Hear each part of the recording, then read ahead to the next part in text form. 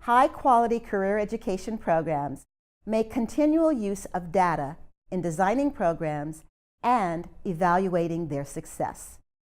The curriculum process employs labor market information in determining the need for new programs and the viability of existing programs. The progress of students is monitored to identify at-risk students and determine program bottlenecks that hamper student success. As a result, a strong program is going to show high completion rates with students completing in a timely fashion.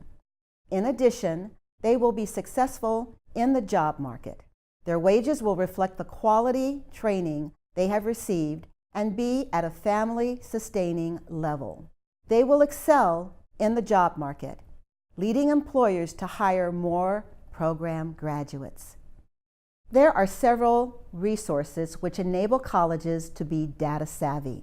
They include the Launch Board, which brings together data planning and outcome data from several sources.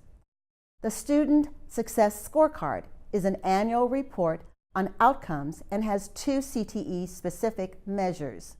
The Salary Surfer and Wage Tracker enable students as well as colleges to examine the earnings results for program graduates.